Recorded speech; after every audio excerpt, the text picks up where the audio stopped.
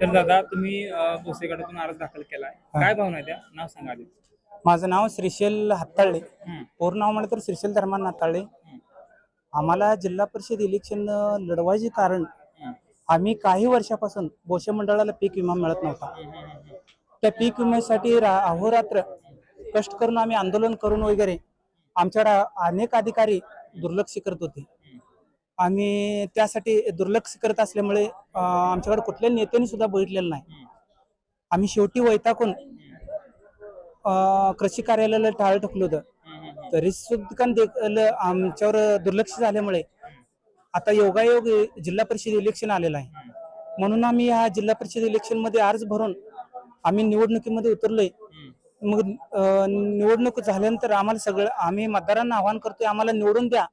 पुढील कोणतेही कामं, आता पाण्याच्या विषय असू द्या किंवा पीक विम्याचे असू द्या, रस्त्याची कामं असू द्या, अनेक कामं असू द्या, आम्ही रात्रंदिवस त्यांच्यासाठी झटू. आम्हाला निवडून द्या, आम्ही हे आवाहन करतोय.